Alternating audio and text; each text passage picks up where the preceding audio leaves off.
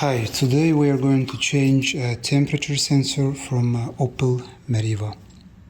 To locate it, just look on the right side here, right here. This is the one. Just unplug this.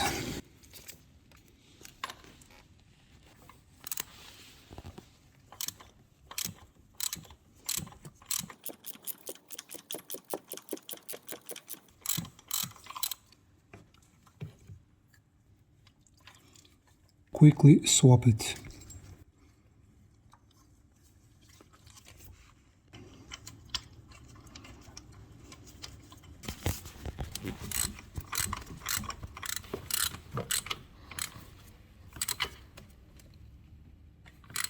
Not too tight. You put the connector back on. And now we just need to test it out.